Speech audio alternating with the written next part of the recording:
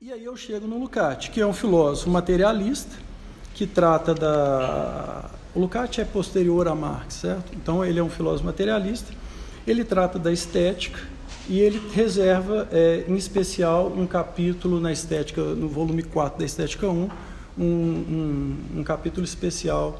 Especial que eu digo ele reserva um espaço para tratar da arquitetura. E aí o Juarez me instigou a trazer os livros, né, Juarez? Ele falou, leva. E aí o que eu vim fazer, que foi um convite de leitura, eu não sei se vai ser um convite ou vocês vão ficar, não vou ler esse negócio, não. O Lukács, esse aí eu vou tratar, na verdade, né, Luiz, do último Lukács, que é, na verdade, depois da história consciente de classe, ele começa a trabalhar com ontologia, com a estética, e aí ele é um cara extremamente profícuo. Esse cara escreve demais, né? Foi a brincadeira que, não sei se foi o Luiz ou o Juarez, falou assim, ficar trabalhando com o Lukács, você tem que legar os negócios numa mala. E é mais ou menos isso mesmo. Então, ele... Hein? Você falou, seria uns autora, 12, né?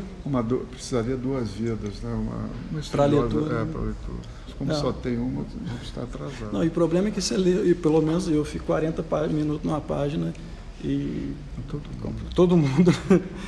Bom, mas o que eu estou querendo dizer com isso? Então, essa aqui é a estética 1 dele. Então, tá vendo? É um negócio, é um volume muito grande. Então, esse seria o livro da peculiaridade do estético, e aí ele tem 4 volumes. Então, ele começa a discussão, né, Cíntia, do cotidiano, ele vai da gênese do estético, ele passa para o 3º livro, e nesse livro aqui ele tem um capítulo sobre arquitetura, que são 59 páginas. Assim, é curto de ler, e não é prazeroso, assim, mas é prazeroso. E esse livro aqui seria a peculiaridade do estético. Então, esse é o livro 1 da estética. Teria o livro 2, que eu não sei de cor, a obra de arte e o comportamento estético, e teria mesmo, pretérito, e teria a arte como fenômeno histórico-social.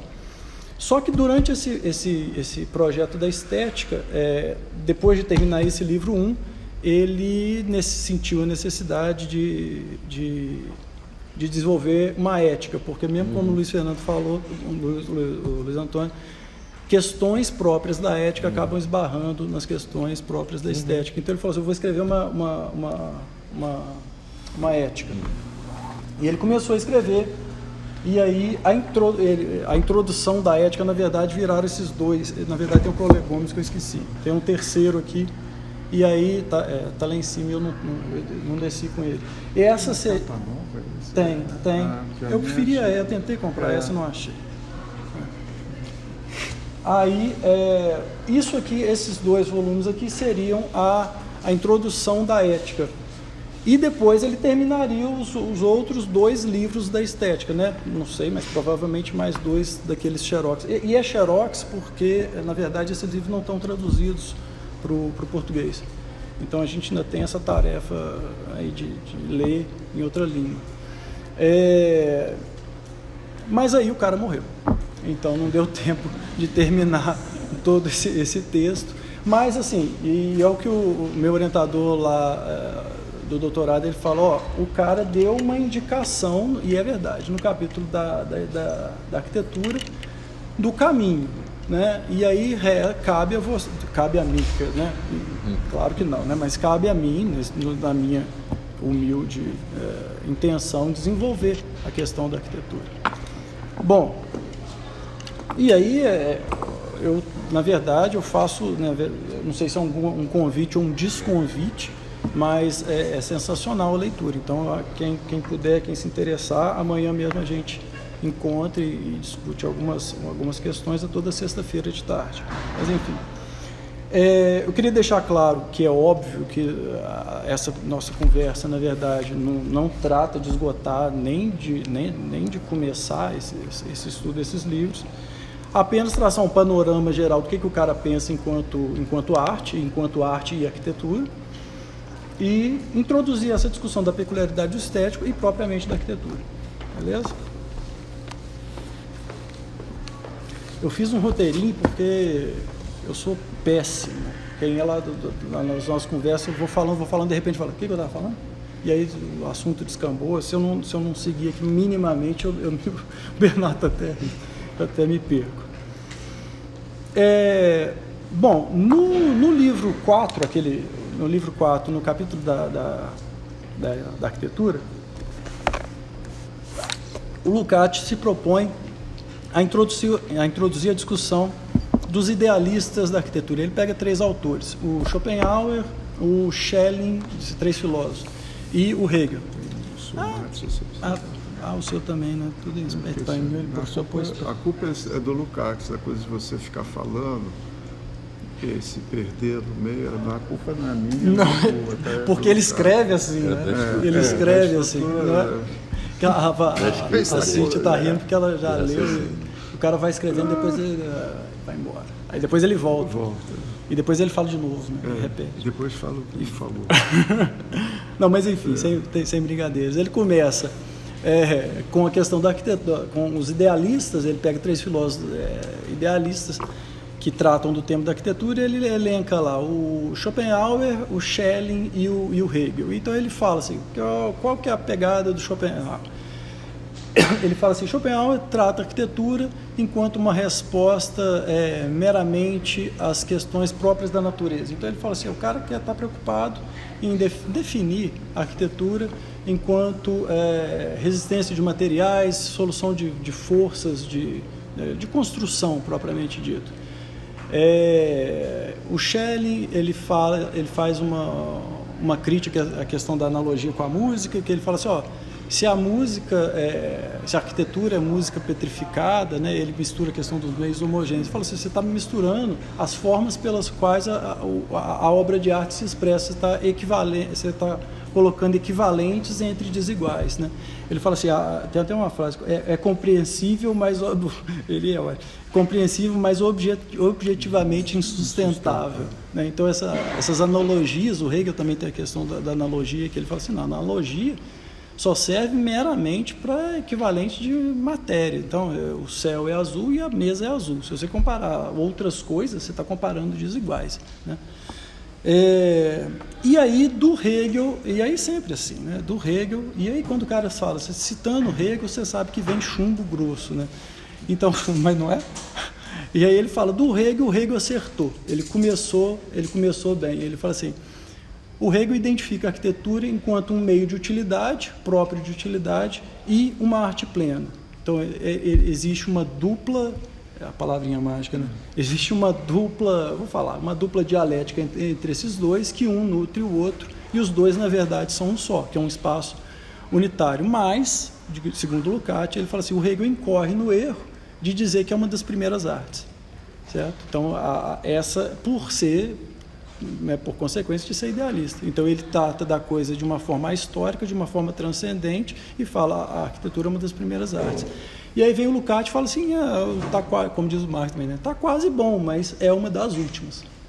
Aí você fala, mas aí ele vem te explicando o porquê disso. Deixa eu voltar para cá, porque senão eu me perco. Uma das últimas artes. E por que ele propõe a arquitetura enquanto uma das últimas artes? Ele fala assim, porque eu não posso romper com o pressuposto de um pôr teleológico de utilidade. Então eu tenho que saber, eu tenho que responder às questões próprias da utilidade, e essas questões próprias da utilidade, depois ele fala da questão do salto qualitativo, elas depois se conformam no espaço estético, certo? Mas aí eu acho que cabe uma digressão aqui para a gente não ficar também falando um monte de palavras aí que a gente, né, por teleológico, ontologia, ou o que mais que eu falei, nem sei, por teleológico de utilidade, por estética, que eu acho que pouca gente teve contato aqui com o autor. Então, o que ele fala assim, o que é o por teleológico, né? O que é teleologia, primeira coisa, né? O Luiz Antônio já trata disso com uma certa naturalidade, porque é próprio da filosofia. Então ele fala assim, teleologia é uma atividade orientada a um fim, certo? E me corrija se eu estiver errado, doutor Luiz. E o por teleológico é uma orientação de uma teleologia, uma orientação de uma atividade orientada a um fim, certo? Dá para pegar mais ou menos? E aí, diz o Marx, diz o Lukács, só o homem, o Marx, na verdade, fala, eu brinco isso, o Luiz Antônio concordou, que o Lukács, de certa forma, esse último Lukács, né, da ontologia e da estética, ele é meio que uma lupa ontológica do Marx, então ele vai pegando essas nuances. Diz o Marx, Lukács, só o homem põe teleologicamente. E aí disso cabe uma afirmativa interessante, que a arquitetura, na verdade, é fruto de um pôr teleológico. E aí, se a gente lembrar do Hegel, ele fala assim, é um pôr teleológico, mas que pressupõe pôr primário, que daqui a pouquinho eu entro nele, ou não entro? Entro. Pressupõe um pôr primário e um pôr puro, que daqui a pouco eu volto nele. A arquitetura, então, enquanto um pôr humano, né, uma atividade orientada a um fim, um pôr teleológico humano, é uma objetivação. Então começa a surgir um monte de palavrinhas que pode ser que a gente não tenha muito contato com elas. Então a arquitetura é uma objetivação humana. Então nada mais é, e aí vem, o que é objetivação? Né? Objetivação está direta e inicialmente para Marx sempre ligada ao trabalho. Porque para o Marx o cara fala, o que define o homem e o seu pôr teleológico é o trabalho. Então, por exemplo, o Aristóteles fala, né, de novo, o gênero. O que é o homem? É o gênero mais. Como é que é o gênero mais próximo e diferença específica? Não é isso? O Marx fala no capítulo 5, por exemplo, ele cita um cara que chama Benjamin Franklin, ele fala, Benjamin Franklin define um homem enquanto um tool-making animal, um cara, um animal que produz as suas ferramentas. E o Marx fala assim, não, na verdade o homem é definido pelo trabalho. Mas não é trabalho no sentido de emprego, né? É trabalho... não, mas eu acho que cabe essa... Bom falar. Cabe. É trabalho, na verdade, no sentido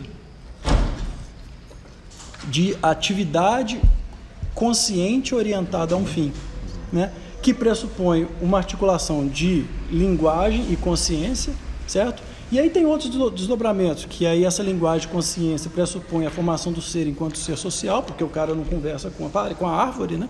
Então o ser é, antes de tudo, um ser social, mas nessa questão acho que não cabe entrar. Mas então, o homem possui essa capacidade de abstração e de pôr teleologicamente. Então tem uma passagem da Aranha, que eu acho que eu vou ter que falar, né? Como é que é? Uma aranha executa operações semelhantes a de um tecelão. E uma abelha envergonha muitos arquitetos na construção de seus alvéolos, né? Mas o que diferencia a melhor das abelhas do pior dos arquitetos é que o arquiteto põe o seu alvéolo, né, na cabeça antes de construí-lo em cera. Tem uma passagem bonitinha assim, né, no capítulo 5. E é justamente essa capacidade de abstração e de pensar antes de fazer. O Lukács dá uma desenvolvida nisso, no capítulo, na Ontologia 2, no capítulo do trabalho, e ele fala especificamente, não só ele abstrai, quanto o homem pode fazer diferente. Então ele fala assim, a abelha faz o alvéolo, você fala errado, a aranha faz a sua teia, a formiga faz o seu formigueiro, mas esse fazer é um epifenômeno do trabalho, não é um trabalho, a abelha não vai fazer diferente, a abelha vai fazer a colmeia, não sei o que, vai fazer não sei o que, e a formiga vai fazer formigueiro, nenhum dos três, e o homem pode fazer diferente. Então esse é o pressuposto de diferenciação e o que, na verdade, define é ruim a palavra, mas vou tratar disso, vou falar define, é o que define o homem, beleza? Então, mediante essa capacidade de abstração e de projetar essa ação, o homem põe o mundo, certo? E assim ele se objetiva no mundo e assim também como põe a arquitetura. Então, esse pôr do homem é um pôr teleológico, só que na arquitetura ele se revela enquanto um pôr de primeira ordem, pôr primário, tem várias traduções, né? Um pôr de primeira ordem que se traduz na utilidade, e aí se a gente, de certa forma, lembrar do Schopenhauer, é onde o Schopenhauer trata da arquitetura, só enquanto um reflexo, né? Só enquanto uma produção prática de trabalho, de meio útil, e ele fala assim, não, mas a arquitetura tem um por estético. E ele define por primário de utilidade, por secundário, que não vem ao caso aqui, mas que é a influência na consciência dos outros, que ele chama de ideologia, no capítulo 3 da ontologia, no livro 2 da ontologia, e dos pores puros, que ele fala da filosofia e ele fala propriamente da estética. A filosofia no sentido amplo do gênero humano e, na verdade, a arte enquanto vou falar umas palavras, daqui a pouco a gente se acostuma com ela, uma antropomorfização própria do sujeito. Bom, essa aí que entram os meus problemas. Quanto tempo, doutor? Os meus questionamentos. Essa arquitetura, enquanto uma objetivação humana, essa coisa construída, eu posso teorizar sobre essa coisa construída, né? Eu posso criar, reproduzir na ideia o que é propriamente do movimento do objeto. Só que até então eu trabalhava com essa questão da teoria, né? Que eu já chamava, isso aqui é a teoria da arquitetura, isso aqui é a teoria. Mas aí daqui a pouquinho a gente vai ver que não é bem uma teoria. E teoria é tentar capturar a realidade, certo? Então, como é que eu teorizo sobre a arquitetura? É tentar capturar a realidade da arquitetura. Eu estou entrando demais na sua fala, né? Não pode ir? Você vai costurar depois? Não. O que o Lukács trata enquanto essa questão de capturar a realidade? Ele falou assim, olha, tem duas formas de você capturar a realidade. Uma delas é uma forma imediata, própria das questões do cotidiano, e aí é o livro 1 dessa estética, são as questões próprias do cotidiano, e as questões próprias do cotidiano se dão de maneira imediata. Ou seja, se você vai, eu sempre dou esse exemplo também, falta de... Se você vai numa padaria e vai comprar um pão, o cara te dá um pão e você dá R$1 para ele. Isso se dá numa prática imediata, você não estuda as relações causais de nada nessa investigação. Então, na verdade, quando você troca um pão, e aí é uma visão marxista, né? Quando você troca um pão por um dinheiro, por uma moeda de R$1, na verdade você está trocando relações sociais de produção, de fazer um pão, com relações sociais próprias do seu equivalente dinheiro. Certo? Então, você está trocando relações sociais objetivadas numa mercadoria, um processo de reificação, né? Mas essas questões próprias do cotidiano se dão de maneira imediata. Quando eu compro um pão, eu não fico, né? Senão você não compra pão, né? Quando eu acendo a luz, eu não falo, um elétrico saiu daqui, não. Você acende a luz, acendeu a luz, certo? Mas são apreensões próprias do cotidiano, que não tem mediações. E ele fala, tem um outro jeito de capturar a realidade das coisas, que são as questões próprias mediadas. Então, tem as imediatas e tem as que são mediadas por algum estudo de relações de causa, certo? E dentro desse reflexo da realidade, aí a teoria já mudou um pouquinho de nome para reflexo, né? Então, dentro desse reflexo da realidade mediada, eu tenho, diz Lukács, reflexos científicos, que traduzem questões próprias de desantropomorfização do sujeito, ou seja, independe, num estudo de citologia, se eu estou bem-humorado ou mal-humorado, né? A célula vai se comportar, não tem muito a ver com você, né? E nem se o prédio, se você calculou aquilo tomando café ou suco de laranja, a sua conta é a sua conta, ou seja, são reflexos desantropomorfizados da realidade. Mas, diz o Lukács também, tem os reflexos propriamente antropomorfizados, certo? Que são, aí, segundo ele, os reflexos estéticos. Mediados pela estética. Na verdade, estética é um nome, né, uma palavra, que vem do grego, que é a estesis, que é o estudo mediado pelo sentido. Estou falando bem a dizer? Está certo. Está certo. Não, é sério, gente, eu não sou filósofo, né? É o estudo mediado pelos sentidos. Então, a estética é o estudo do estético. Deu para sacar? Olha lá. A mediação própria do estudo do estético. Então, ele fala, então se você quer... Aí eu trouxe um exemplinho aqui, bobo. Se você quer entender a Guerra de Canudos, por exemplo, ou pode ser qualquer outra coisa, você pode recorrer a textos acadêmicos, e esses textos acadêmicos são reflexos antropomorfizados, né? O cara vai lá e fala, aconteceu isso, ou você pode ler os Sertões do Euclides da Cunha. Deu para saber? Deu para saber qual é? E ele vai além, ele fala assim, nos Sertões do Euclides da Cunha você pega o sujeito por inteiro, o sujeito da investigação.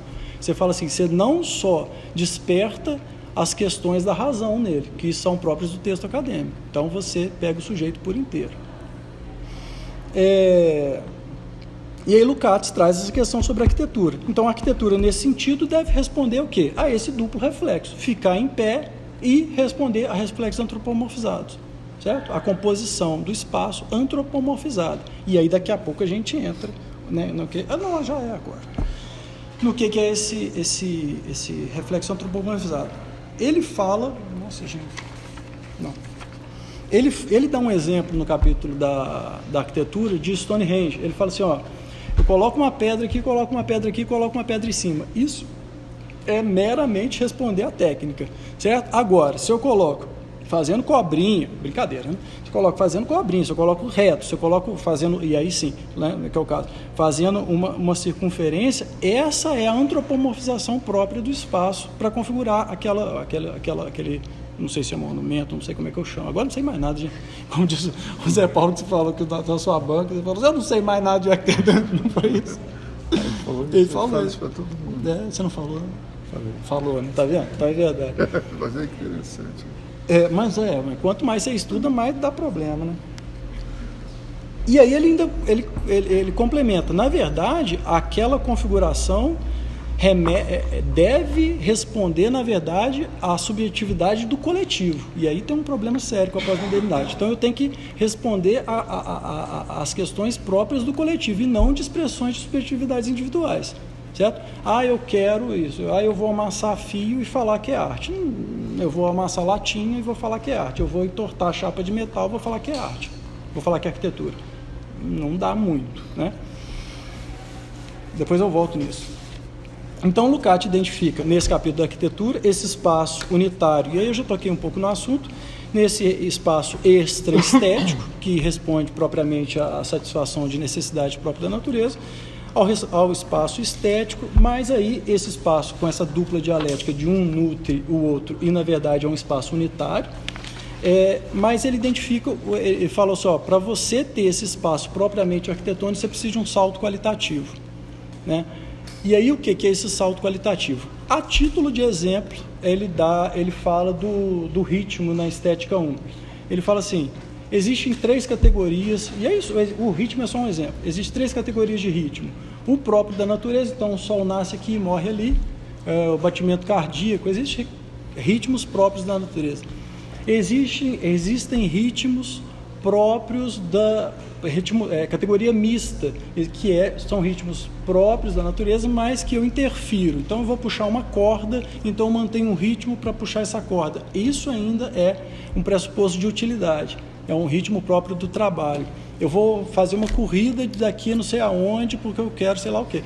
Então eu imponho um certo ritmo, mas esse ritmo ainda é próprio do trabalho.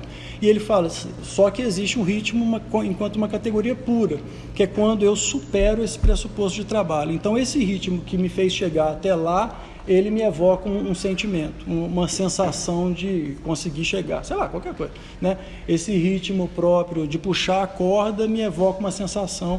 E aí existem outros, né? Não próprios do ritmo, mas eu construo um muro e aquilo me dá a sensação de proteção. Enfim, né? Existem alguns exemplos lá. E isso, eu já estou acabando, já disse. E isso, na verdade, toda essa apresentação da... Hein? Está com pressa, não? Não, mas fica falando muito isso. A minha questão de investigação propriamente no meu trabalho, no meu doutorado, é trabalhar com 4 grandes complexos de categorias. O Jorge vai rir de mim. 4 grandes complexos, que é a peculiaridade do estético, ou seja, o que é arte? O que é estética, né? O que é arte? A arte não é qualquer, para Lukács, né? A arte não é qualquer coisa. A arte não é amassar fio, nem amassar latinha, entortar fio, enfiar um canudo num isopor, né? Isso não é arte. O que ele fala? A arte deve partir do indivíduo e alcançar o gênero humano, certo? Só que, e aí tem umas questões bem complicadas com a pós-modernidade, da dissolução do sujeito, porque se tem um sujeito dissolvido e eu não consigo alcançar o gênero, não tem arte, né? E aí ele dá um exemplo do Michelangelo, por exemplo. Ele fala assim, quando o cara sai O cara é o Michelangelo. Quando o cara sai do período lá do absolutismo, que o rei é escolhido de Deus, não sei das quantas, e ele vai na ilustração, no iluminismo, vai e pinta o teto da Capela Sistina com aquela intenção. Que intenção? Ele fala assim, é no Lucati que tem esse exemplo? Nem lembro. Do Michelangelo, da Capela Sistina? Não, mas ele pegou de lá. Se ele está falando do Michelangelo, é da estética. É, na estética, né? Esse pedaço eu ainda não li. Ele fala assim, o Michelangelo pinta a criação do homem, né, no teto, ele fala assim, eu pintei o homem à imagem e semelhança de Deus. Há controvérsias, pode ser justamente o contrário. Deus é a imagem e semelhança do homem, porque outros indícios, ele fala assim, na ideia absolutista que eu estou dizendo, na ideia religiosa, Eva é fruto da costela do Adão. Só que no quadro, no teto, no afresco, Eva já está no quadro. Se ela é fruto da costela, então, rola umas incoerências. Se você tirar a figura de Deus do Criador lá, se você tirar a figura de Deus, está Adão olhando para Eva e Deus está meio bobão na história ali. Certo? Então, são as grandes questões daquela época. Perdeu o Playboy. Perdeu. Sacou? Então, não é qualquer coisa, não é expressão de subjetividades. Certo? Não posso atingir, eu quero fazer isso, vou amassar a chapa de metal e vou falar que aquilo é arquitetura enquanto arte. Não dá. Então, a peculiaridade do estético, peculiaridade do reflexo estético, que é onde eu estou, então estou lendo a gênese do reflexo estético, ele parte lá da mimes, enfim, isso eu não vou entrar, nem cabe, gente, não tem a menor condição. A peculiaridade da arquitetura, o que é arquitetura, né? O terceiro grande complexo que eu pretendo tratar, utilidade, arte plena, salto qualitativo, e as peculiaridades próprias do reflexo estético, que eu nem mencionei. Então, o caráter positivo da arquitetura, nem falei o que é, nem muito dá para falar. Dupla mimes, e tem algumas outras. Você vai falar do caráter positivo, né? Vai sobrar para mim. Vai sobrar. Não, acabei, ó. O que eu reafirmo? Não, acabei, gente. O que eu reafirmo? É um convite, na verdade, é um convite ou um desconvite, eu já nem sei mais o que é, a leitura desse cara. São 50, começa pelo capítulo da arquitetura, são 59 páginas, eu sou fã, né? Então eu acho bem interessante. E eu queria só fechar com um questionamento que é o seguinte, eu até anotei para não ficar, senão eu vou ficar gaguejando. Se a estética é o que peculiariza a arquitetura, certo? Pelo que eu falei, dá para sacar isso? Se a estética é o que peculiariza a arquitetura enquanto tal, o que é derivado tem se tornado dominante, entendendo-se a arquitetura atualmente enquanto uma mera expressão da sua técnica. Deu para entender? Bom, é isso, gente.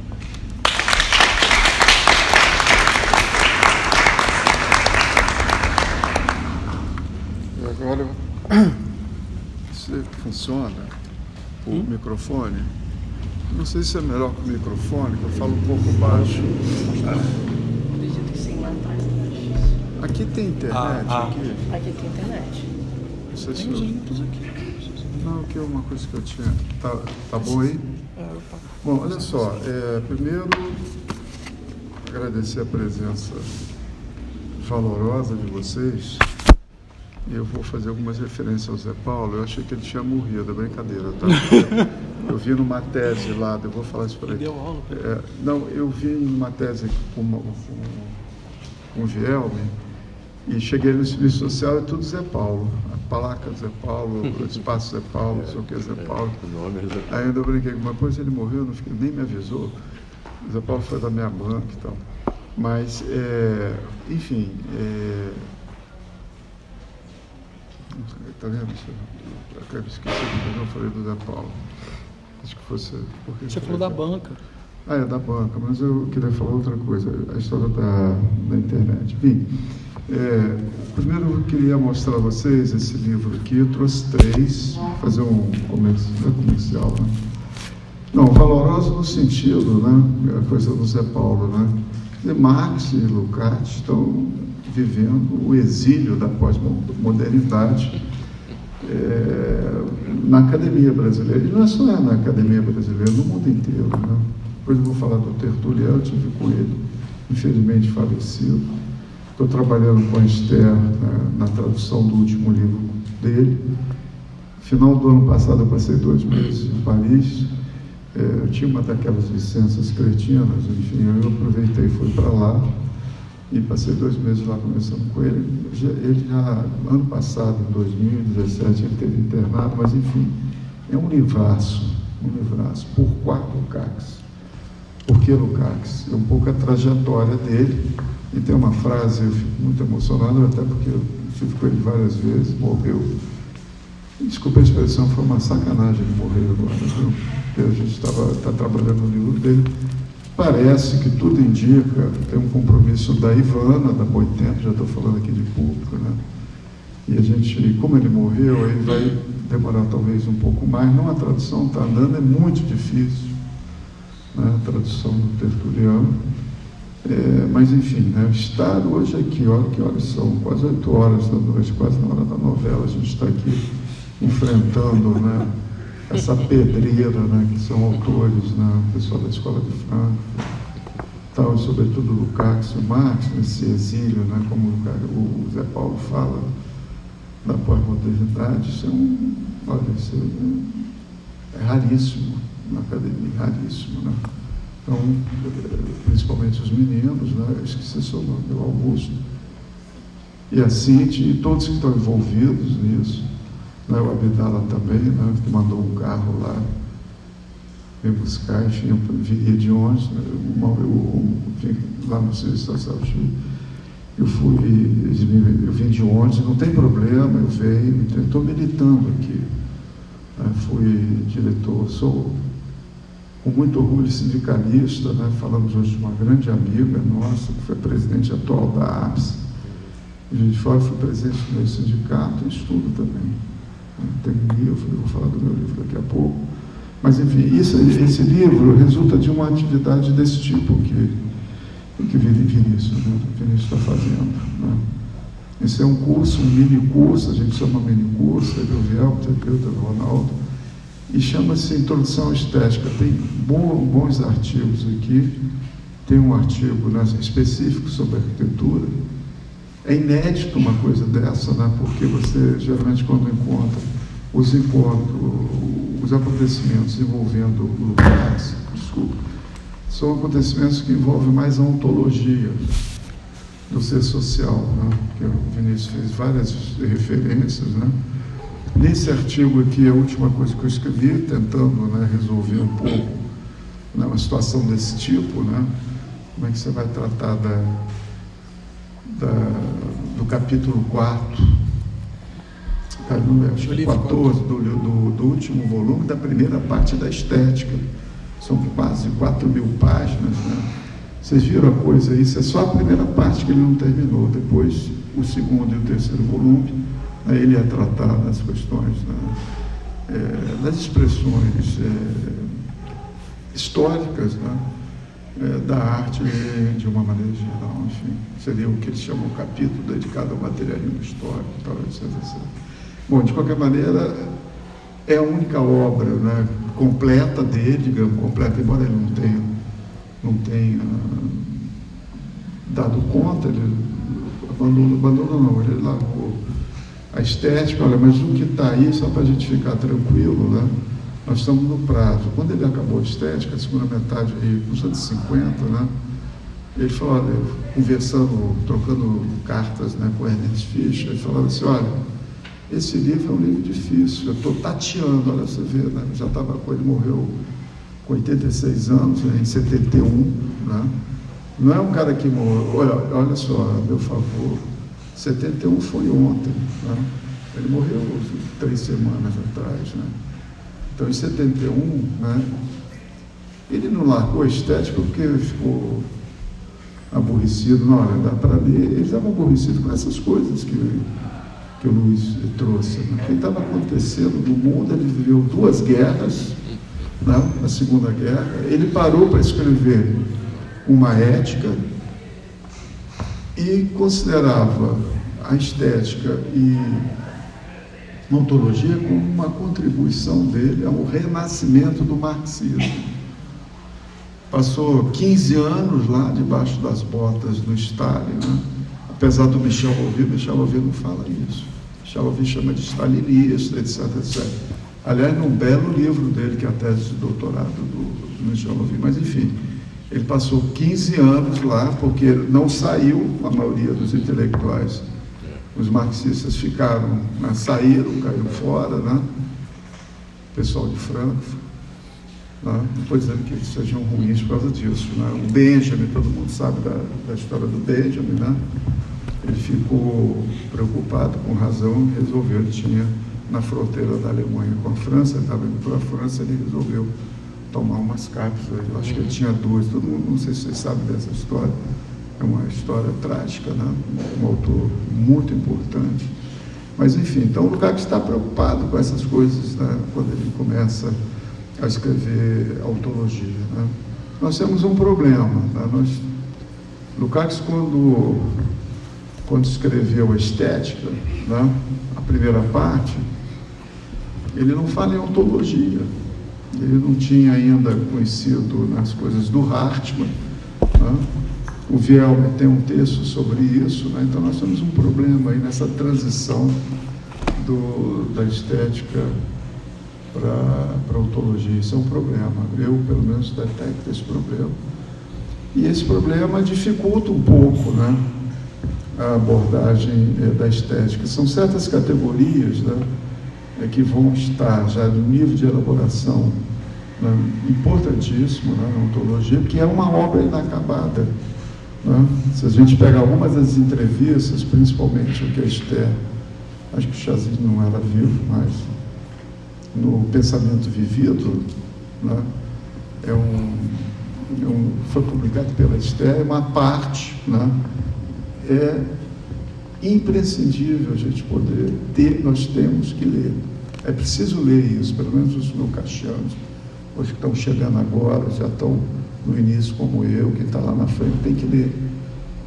E nós temos vários problemas, né? Nesse artigo aqui, que aparece um pouco, eu faço uma retrospectiva um pouco, né, dos antecedentes, em que situações ele escreveu isso, enfim, só para as pessoas, né, não chegarem muito a frio, porque aí, Vinícius, se o cara for direto para o capítulo 4, está frito. Eu vivi isso, né? Vivi essa experiência. Vou lá no capítulo 4, porque eu comecei pela ontologia, e quando você chega lá nos problemas de desenvolvimento desigual, lá, qual é o exemplo que o Lukács dá quando ele vai tratar do desenvolvimento desigual da história do Marx? Qual é o exemplo que ele dá? É o exemplo da arquitetura. Ele diz assim: se me fosse permitido falar de coisas que eu escrevi, né, eu queria dizer que na estética, né, a estética, a arquitetura é o exemplo modélico do desenvolvimento desigual, do desenvolvimento desigual no âmbito das artes singulares. Ele vai dizer o seguinte: olha, ao contrário de todas as artes, a arquitetura é a única que não experimentou nos últimos séculos. Ele não fala quando não, você que se vire lá para procurar fazer as contas. Desde o Renascimento que ele fala. Entendeu? Ele fala, mas ele não fala do Renascimento aí. Eu quebrei a cara para os últimos séculos, né? Isso é para dizer que, estou falando da minha experiência, né? Não é modelo para ninguém, mas um arquiteto, escola de arquitetura, né? Fazer um doutorado, tem que fazer alguma coisa, né? Próximo à arquitetura, não tem nada a ver com arquitetura isso aqui. Por isso que na banca eu falei assim: Paulo, eu não entendo, você que é arquiteto, entende tudo. Eu falei: eu não entendo nada de arquitetura, depois que você tem contato. Então o caminho foi pela arquitetura.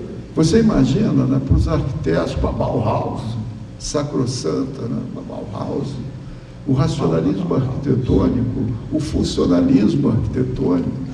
Você no país do Niemeyer, que eu sou fã, tá? Ninguém fala mal dele aqui na minha frente, no livro do Lúcio Costa, mas sobretudo do Niemeyer, né, tem uma passagem que eu estava comentando com ele, O Zé Paulo, depois de uns anos, a gente encontrou. E aí, Johnny, quem é o cara mais próximo do Lukács que pensou da arquitetura? O Niemeyer. Aí eu fui, estava comentando com você hoje, eu fui falar com o Niemeyer. Niemeyer, você conhece a estética do Archie? Pô, só pode conhecer, né? Eu falei, deve ter conhecido. Por quê? Porque ele tinha pedido ao Leandro Conde para escrever na revista Moda um artigo que tem exatamente o mesmo título do livro aqui, Lukács e Arquitetura. É um artigo muito curto, né? Eu falei, mas por que você escreveu isso, Leandro? Não, eu escrevi a soldo do PCB, né? Partido Comunista Brasileiro, a época ao qual, né, ele estava... não foi aquele PCB, não, ele era um PCB, o PCB hoje é outra coisa, tá? Mas, enfim, ele fala isso, né? O Niemeyer é o cara mais para aí. Eu falei, ei, Niemeyer, você leu? Ele ficou me olhando, assim, já estava já de idoso, né? Um pouco antes dele morrer. Eu fui lá conversar com ele e ele mudou de assunto. Primeiro eu chamei ele de senhor, ele deu uma esculhambação. A senhora, me lembro, no período colonial, senhor de engenho. Olha, lamento, Niemeyer morreu comunista e stalinista, esse é um problema, né? Mas isso é outra situação. Né? Um stalinista de altíssimo coturno. E o Lukács é o cara que escreveu, e é um crítico acérrimo do Stalin. Teve preso 2 vezes, não morreu, ele fala assim, e pô, dei sorte, né? Porque não fui encontrar um daqueles caras lá do Stalin, né? Ele não foi, então, e era acusado, era de trotskista. O Lukács nunca teve nenhuma simpatia pelo troço, mas enfim, foi um período assim, atribulado. E nesse período ele escreveu O Jovem Rego, terminou a estética, começou a pensar na ontologia, etc, etc. Voltando para a arquitetura, ele faz exatamente isso, olha, houve florescimento na música, na literatura, o que mais? Na escultura, no cinema, uma nova arte, a arquitetura, o desenvolvimento dos últimos séculos, né? A arquitetura, ela não só não experimentou nenhum florescimento, aí tem um problema, né? E, além disso, ela quase, ela alcançou, ela não é bem isso, ele fala assim, ela chegou a sua quase destruição como arte. Aí você lê um negócio desse, né, um arquiteto, tal, uma ontologia, eu falei, bom, aí começa daí, eu vou voltar lá para a estética. Eu não sabia da estética, o Chazin, alguém falou, a gente conversou sobre o Chazin hoje, né? Eu nunca ouvi o Chazin falar sobre a estética, mas ele falava assim, uma vez ele estava no Rio, né, fazendo um curso lá com ele, falou, a vida é mímese, ou mimese, né, como queira, enfim. Mas, enfim, a estética é uma coisa meio na sombra e pouquíssimo conhecida, né, inclusive no âmbito do marxismo, que é diferente. Uma coisa são os marxistas, outra coisa é o que o Marx, né, escreveu. São coisas absolutamente distintas, né, que produziram, né, entre outras coisas, né, o stalinismo na União Soviética. Mas, enfim, então, o cara é atento, muito atento em relação às questões que a gente levantou. Então, vou ficar mais na arquitetura, é uma encrenca. Como é que você lida com isso? Por que você, tudo foi legal, foi ok, e deu um ruim na arquitetura? Pô, mas o Lukács não gostava da arquitetura, ele implicou com a Bauhaus. Não, o cara é implicante. Tem outro dia eu soube que tem um camarada, eu estou traduzindo o livro do Tertuliano, tem um desses caras aí, escreveu na polêmica sobre literatura realista e tal, o cara escreveu Lukács, o implicante, uma coisa assim, o cara do contra. Eu vi ele falar do livro o História e Consciência de Classe. Essa turma, Novi e etc., eles só gostam daquele Lukács lá. Aí o Luiz falou, não, mas ele escreveu o prefácio 66, 67. Tudo bem, mas aí ele está se auto-criticando. Né? Olha, é um livro importante, foi importante para você, foi bom para você. importante, mas aquilo ali, né, tem muito do Hegel, né, etc, está escrevendo assim, 22, 23. O Carlos entrou no Partido Comunista húngaro, o pai era banqueiro, não é bancário, né?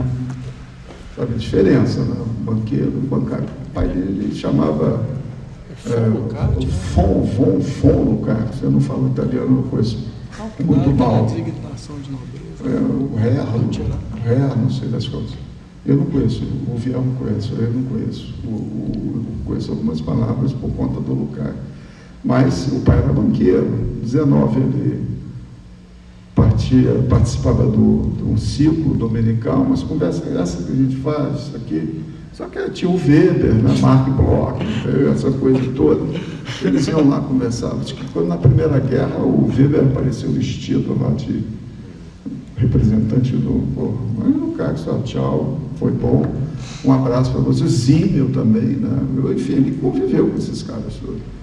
A partir de 19 ele teve a Comuna Húngara, foi massacrada, proporcionalmente morreu mais gente do que em 71 na Comuna Húngara.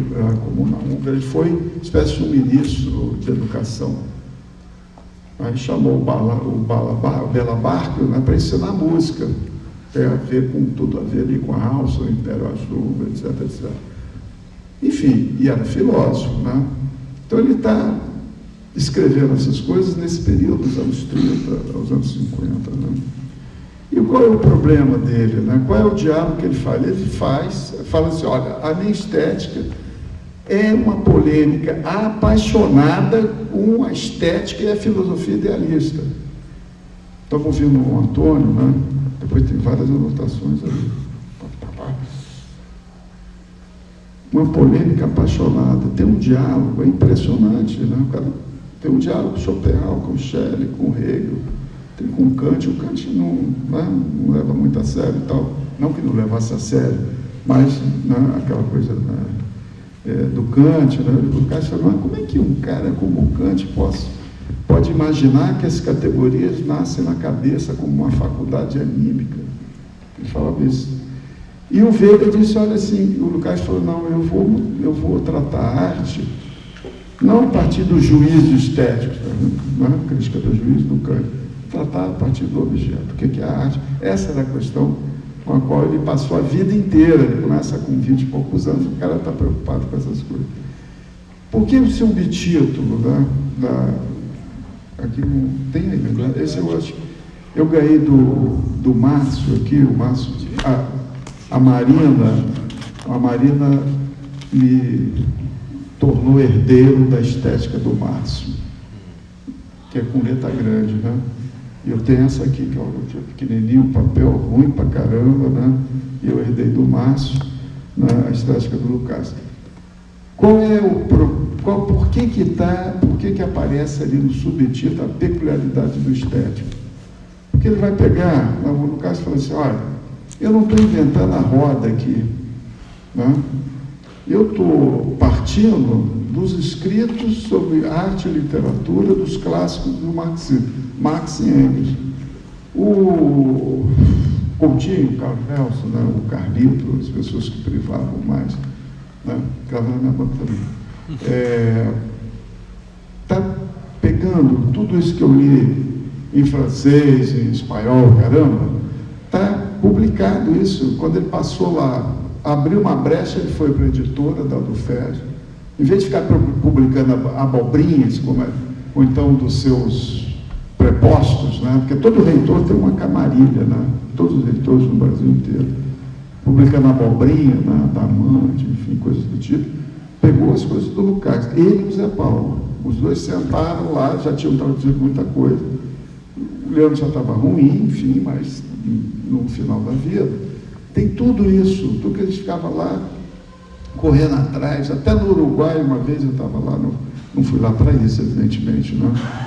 E aí passei lá, romance histórico, a Boitempo está procurando, tudo isso está saindo agora, então vocês já estão com uma vantagem, hein? A dialética Agora, a estética parece que está meio nesse texto aqui, eu falo. O Ronaldo falou para desistir da estética.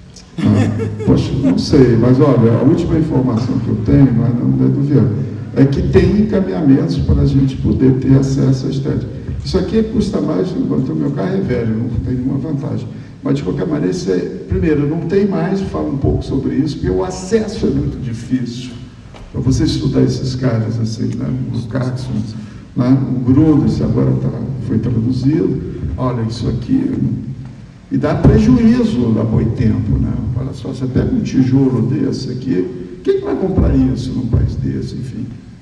É um mérito, né, da Boitempo, mas, enfim, essa coisa do livro do Tertuliano também está muito bem encaminhada. De qualquer forma, né, voltando lá à questão da peculiaridade do estético, ele vai pegar isso do Marx, na introdução de 57, que ele voltando.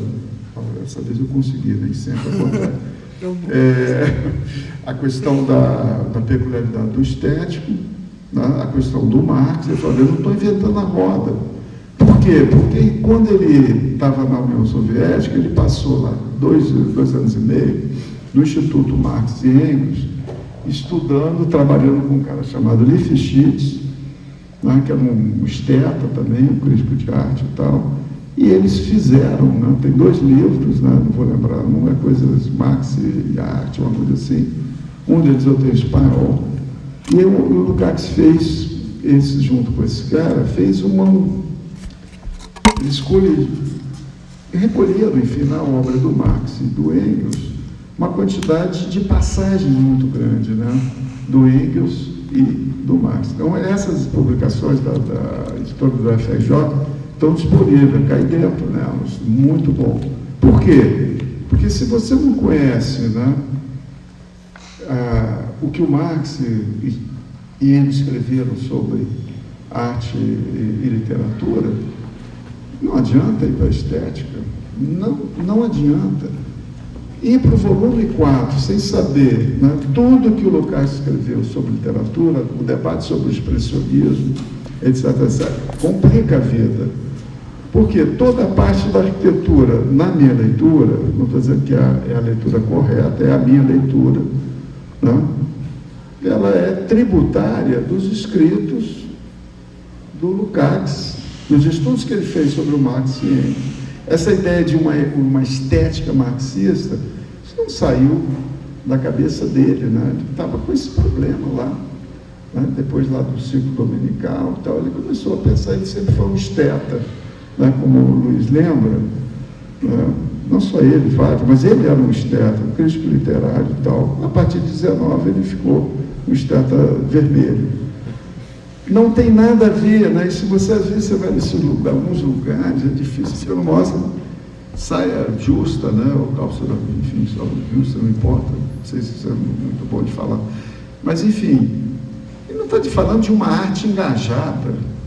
Ele tinha horror disso. Na Comuna Húngara era proibido. Imagina um artista do Partido Comunista Húngaro, né? Que era uma camarilha e um bando de calhordas, né? Fizeram depois uma campanha difamatória do Lukács, que era o cara mais conhecido do mundo, era o maior filósofo do século XX, sabe? Nós já mudamos de século XX. É considerado o maior filósofo marxista do século XX, contemporâneo. Até o Gramsci, que ele tinha uma admiração grande, mas eles não se encontraram muito.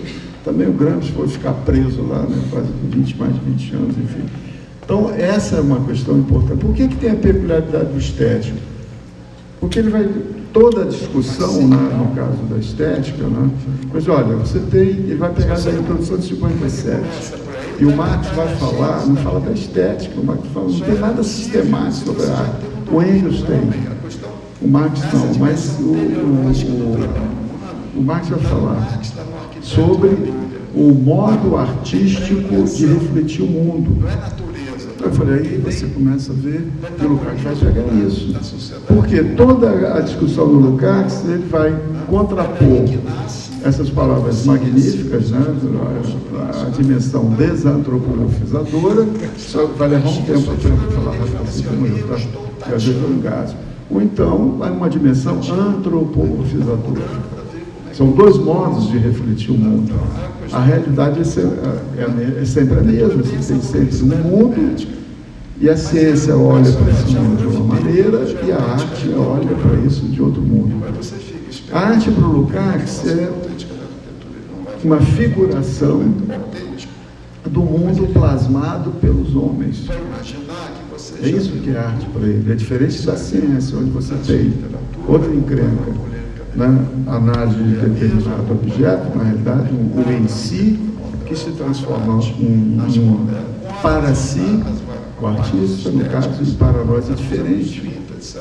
Categoria está no Marx também, o exemplo lá na ideologia, acho que não sei se é na ideologia alemã, na questão judaica, o exemplo da pera, né? Não é aquela brincadeira pera, uva, maçã, não.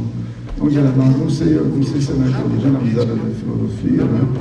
É universal, o singular e o particular. O reflexo estético é a particularidade do mundo. O que é o mundo? Existe, eu lamento, existe independente da nossa vontade. O que é para o Marx a categoria? Não é como Kant, toda a filosofia dele está na cabeça, não é uma coisa secretada pelo cérebro. Não é nada disso. As categorias são categorias do ser, do existente, que existem lá dentro, mais uma vez, independente da nossa vontade. Essa é a questão, né? Então você vai ver o capítulo da arquitetura, tem lá, ele está querendo saber o seguinte: olha, Hegel perdeu, porque a arquitetura não é mais a antiga das artes. Ela só é possível a partir de um nível de desenvolvimento das coisas produtivas, etc., que começa. Gordon Chad, você falou uma coisa, Gordon Chad está lá citado. O cara que deu essa turma toda. A evolução cultural do homem, enfim, e pau puro no Gordon Chad. Quando ele começa a trabalhar, o que ele está querendo? Você tem várias artes. A música é uma coisa, outra coisa é a arquitetura. Tem duplicidade mimética? Tem. Porque ambas têm uma estrutura matemática. Ele pegou o que o cara fez. Ele pegou, já falou sobre ele rapidinho. Ele fez um diálogo que todo mundo que escreveu sobre arquitetura, Schopenhauer, perdeu. Mas você tem uma coisa interessante, isso é muito legal, né? Schopenhauer não é qualquer coisa, Schopenhauer, né? Essa coisa derrelita do mundo, você vai dar no Heidegger, né? Como os franceses falam, etc. O Schopenhauer tem um chefe. Quem que ele vai pegar? Queridinho colocar no Hegel. Porque o Hegel avança nessas questões. Vai falar: Hegel, você é idealista, você está com isso, você está violentando, você fica nesse especulativo, você está violentando a realidade. A palavra é do objeto, as legalidades do objeto, elas preexistem. Essa relação do objeto, fenômeno, isso tudo é do Marx, do Hegel também. Então, o buraco de política é muito mais em cima, aqui embaixo é muito mais em cima. Então o cara está fazendo esse diálogo. Tá? O problema dele não é a Bauhaus, o problema é assim: qual é o que é peculiar no reflexo estético da arquitetura? Mas se o cara fala que a arquitetura não é mais arte, deu um ruim aí no Pedro. Mas se como todas as artes são importantes e experimentaram o florescimento, o que houve com a arquitetura? Aí a questão do desenvolvimento que ele iria tratar lá no último, na terceira parte, ele antecipa. É possível você, né, perceber isso, né?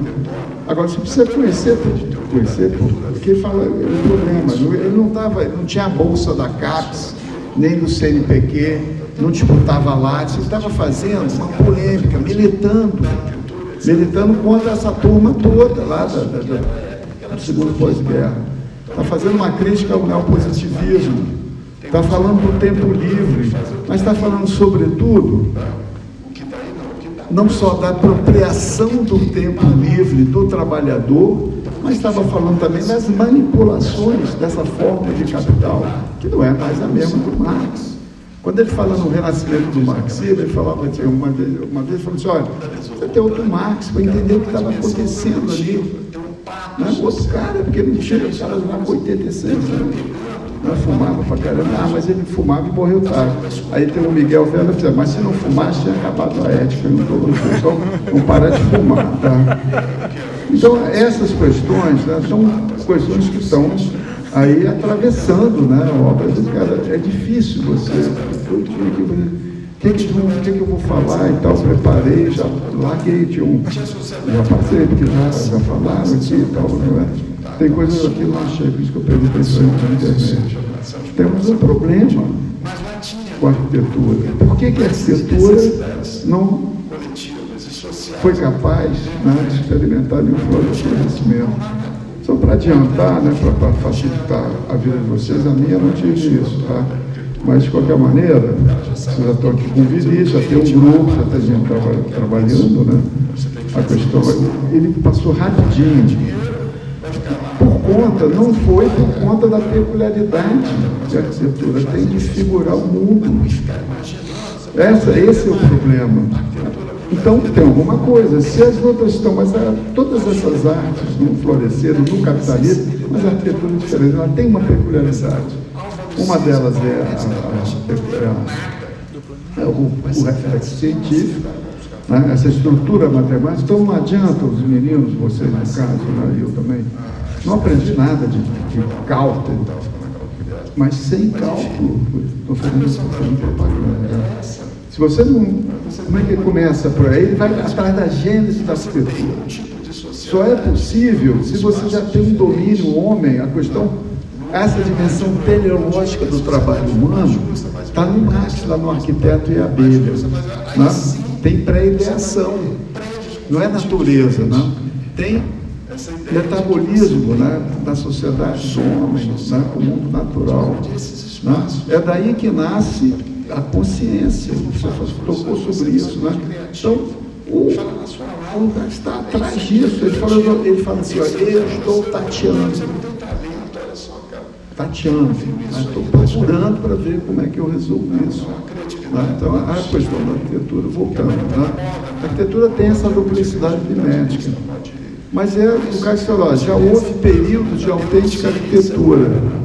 Mas você fica esperando, ele vai falar sobre a autêntica arquitetura. Ele não vai falar, ele vai falar sobre a arquitetura autêntica. Mas ele vai imaginar que vocês já leram tudo que ele escreveu, né, sobre literatura, acompanhou a polêmica dele com o realismo, acompanhou a polêmica dele contra a arquitetura, contra a arte moderna, contra as vanguardas estéticas, né, dos anos 30, etc. O cara está na militância o tempo todo. Né? No caso, voltando, em relação à arquitetura, tem essa peculiaridade, ela tem uma peculiaridade que as outras artes, ela constrói mundo.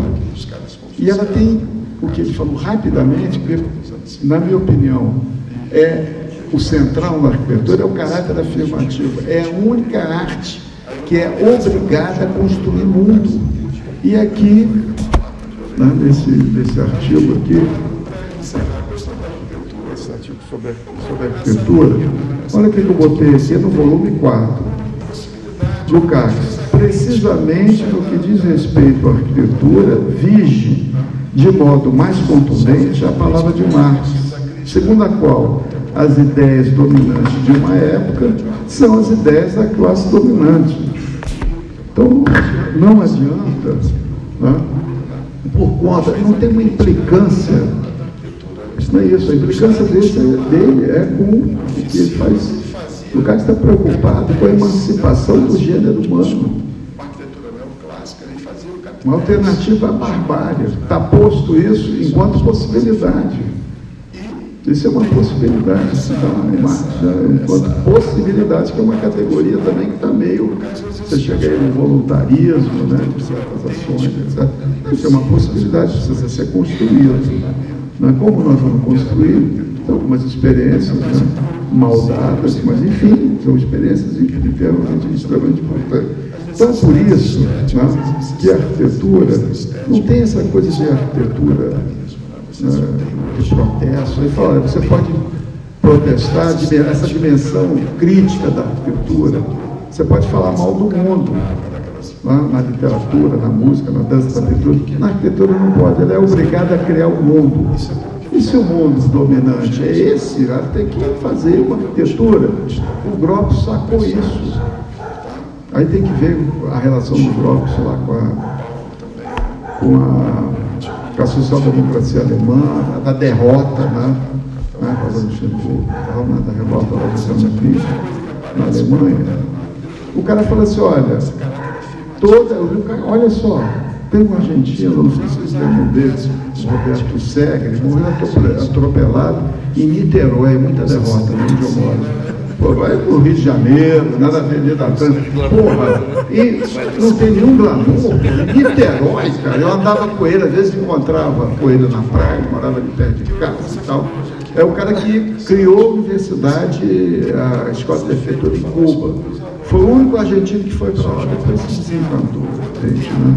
Contra que ele morreu atropelado em Niterói, né? É muita derrota, muita derrota. Aí ele falava assim, não, o que é que não entende nada da arquitetura? Você que não entende, você não leu. Lê pelo menos o meu livro. Se você não leu, vai lá ler o que o cara escreveu. O cara conhecia o debate sobre a arquitetura. Ele fala do Corbusier. Tem Corbusier lá, do ângulo reto, como expressão da liberdade. Olha só. Não, eu não sei o que, fez uma crítica. O Lucas fala, olha, a crítica ao ecletismo arquitetônico, né? Todo aluno aí de teoria da arquitetura adora isso, né? O racionalismo arquitetônico e tal, tem muito a ver com o neopositivismo, com esse caráter afirmativo da arquitetura, etc. Então não tem, a arquitetura é isso que ela é, porque ela precisa afirmar. Então não tem arquitetura de protesto, lamento. Tem música de a arquitetura não, tem que fazer o que está aí. Tá?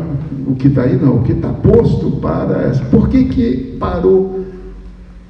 Por que ficou no Renascimento? O Lucas falou, a arquitetura autêntica você tem lá, na Revolução Urbana, nas grandes, aquela região ali da Mesopotâmia, que ela tem uma dimensão coletiva, tem um pacto social, diferente da música.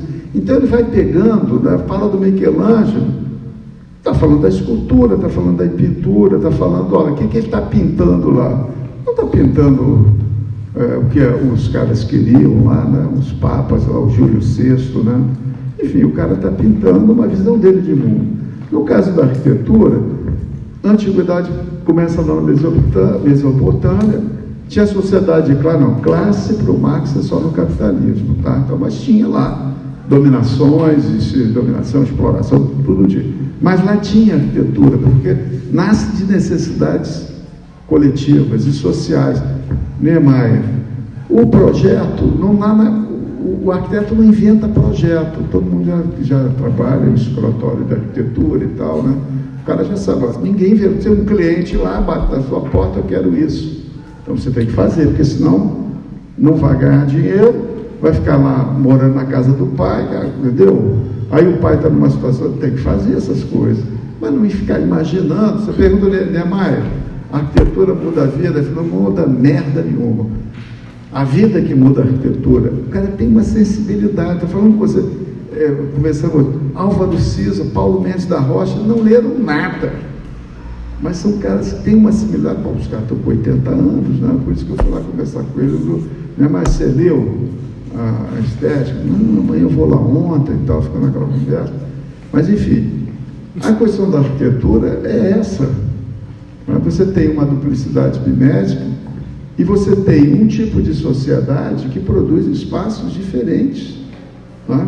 O Niemeyer, de novo, no dia que a sociedade for mais justa, mais igual, e o cara é stalinista, tá?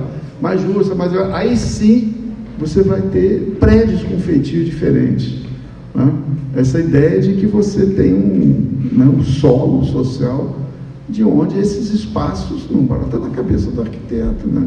Eles não falam, os professores de você não é criativo. Ele fala na sua lata. Esse aqui é criativo. Esse aqui, você não tem talento. Olha só, cara. Quem não ouviu isso aí na escola da arquitetura?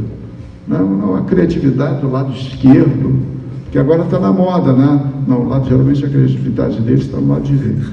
Mas você tem essa coisa, né, da neurociência agora, né? Não tem mais sujeito, não tem realidade, né? Um pouco nessa linha. Acho que a exposição foi muito boa, do Luiz, né? O Iglito é um autor que eu não frequento, eu conheço um livro, eu conheço, na época do doutorado, deu uma passada, um livrinho mais recente sobre literatura. Acho muito ruim que o Iglito, né, o Raymond Willis e o Hobsbawm não falem do Lukács, cara. Não pode isso, não pode. Como é que as pessoas não leem um cara desse? E não é longe nada ali na Europa, longe é para nós aqui, a gente leu, os caras desconhecem solenemente, né? Tanto o Iglito.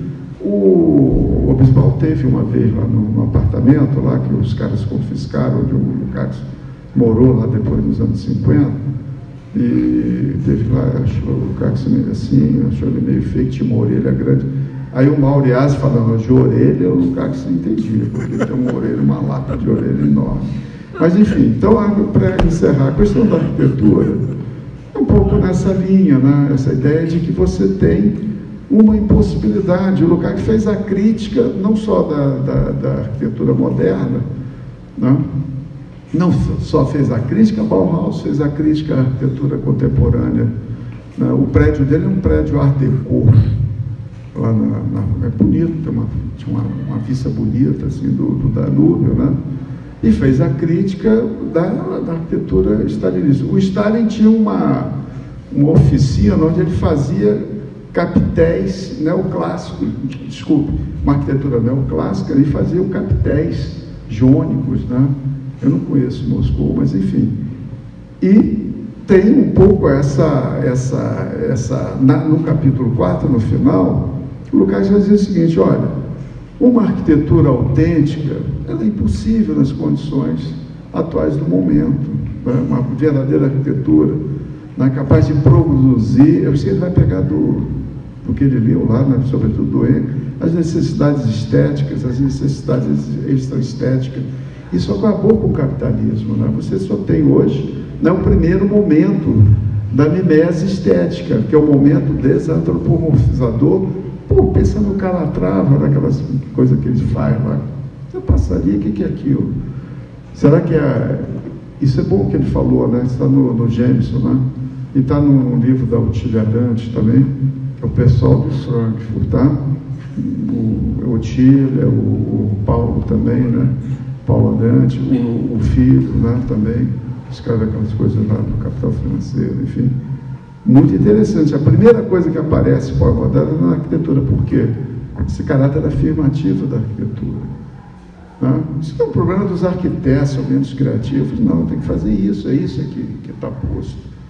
Não sei se deu assim, né? É muita coisa. É um curso inteiro. Né? Só desse capítulo, né? Porque depois tem que fazer, né, o que o Marx falou, tem o caminho de volta. Você falou hoje aqui uma coisa interessante. Assim, tem muita coisa a ser feita. Eu falo isso para os meus alunos: olha, eu sou jovem há mais tempo, não vou ter tempo, você vai ter que fazer essa encrenca, né? Em relação ao meu livro, teve uma resenha que saiu lá pelo pessoal do Veda. Não, mas ele falou que ia fazer e não fez, ela tem razão, né? Eu não consegui chegar, não deu tempo, 4 anos, né? Eu tinha bolsa, né? O Lukács não tinha bolsa, eu falo isso. Fazia isso e estava militando aqui também. Não estava fazendo aí para abobrinha, não, né? Estava falando de conhecer essa obra dele, que é importantíssimo, é um autor fundamental, e já fazia tudo que ele falou da escola. O Lukács, olha só, um crítico acérrimo do Adorno, tem pancadaria entre os dois, né? Impressionante, né? O nível de agressão, quem começou foi o Adorno. O nível de a controvérsia, tá vendo? Aí o Lukács falou: cara, olha, qual é a crítica que ele fazia a Frankfurt? É uma crítica cultural do capitalismo, para o capitalismo, né? Talvez, eu não me lembro do Lukács falar o filho teve quando veio ao Brasil, Marcos, né? Eu não lembro do Lukács. A prioridade do Lukács era o Adorno, que andou pisando no tomate ali, né, em maio de 68, né? E o Heidegger também, né? Que tem uma polêmica, né, com Heidegger importante, que é outro queridinho, né, é o homem derreter todo mundo, acabou o mundo, é isso aí, isso que você falou, né, acabou, né, vamos virar todo mundo aqui, o pessoal aí ajudado, né, pelo pessoal da neurociência, né, nós somos uma abelhinha, né, um castorzinho que enfim, isso que o Lukács está combatendo, né, quando ele para e vai tratar da ontologia. Ele não conhecia essa palavra, né? Tem uma aluna que foi para Portugal e viu a ontologia lá do Lukács, tinha lá escrito assim, metafísica. É o contrário disso, gente. É exatamente essa ideia das categorias do ser você conhecer. Ele escrevia numa ética, ele falou, olha, eu vou escrever uma ética, mas eu só posso escrever uma ética se eu tiver a ideia do que é o ser humano, o gênero humano, que é uma coisa que ele vai pegar do Marx e tal, que aparece pouco na estética. Acho que seria isso, mais coisa aí. Vou deixar esses livros aqui com vocês. Você falou, né? Não, vou deixar um com não sei quem, no mal, né? No cal. O cacau, não sei, eu não consegui guardar. Mas, enfim, tem 3 exemplares, né? Eu vou depositar aqui, vou deixar, vocês, sei lá, fazem um sorteio, né? Eu acho que era legal ter na biblioteca, né? O livro tem uns problemas, viu? Isso aqui é uma editora pequena, problema de revisão, mas é uma contribuição importante. Tá? Acho que seria isso, queria agradecer muito vocês aí, espero que vocês consigam, né, avançar nessas coisas que o Lukács escreveu sobre aqui. Isso é muito importante. Estava comentando com os meninos, nós estamos vivendo na universidade, no mundo inteiro, uma inflexão conservadora. Mostrei para alguns alunos mais próximos, olha só a agenda do pessoal do Juiz de Fora. Aí a menina falou, puxa, Juarez, a gente que conhece o Lukács, estuda lá com a gente, pois estão há anos que lá na escola, tem até como empreender na semana acadêmica, cara, cai fora, né? E leiam é porque tem um mercado, aí o Boaventura, que segundo o Zé Paulo, eu não concordo, tá? É o pós-moderno do bem, teve na UF agora, tem uma boa entrevista dele, no final, a turma do mercado, nas escolas, né? Ele fala assim, não, eles estão agora empreendendo, querendo transformar em vocês. Primeiro naquela banda do João Gordo, os miquinhos amestrados para o mercado. E segundo, empreender para ganhar depois, ele fala isso do governo, um emprego, um Uber. Sabe o que é? Todo mundo tem uma ideia. Muito obrigado, desculpa.